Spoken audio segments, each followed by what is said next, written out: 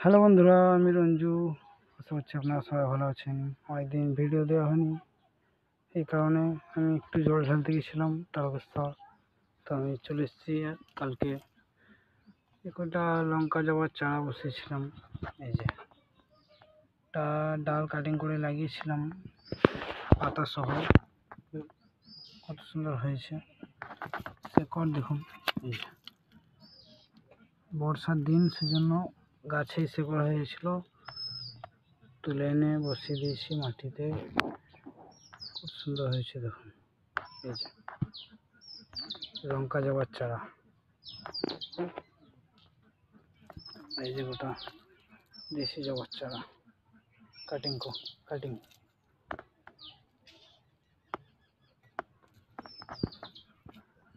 এই যে আমার একটি থাই ভ্যারাইটি ফুলটা ফুটবে।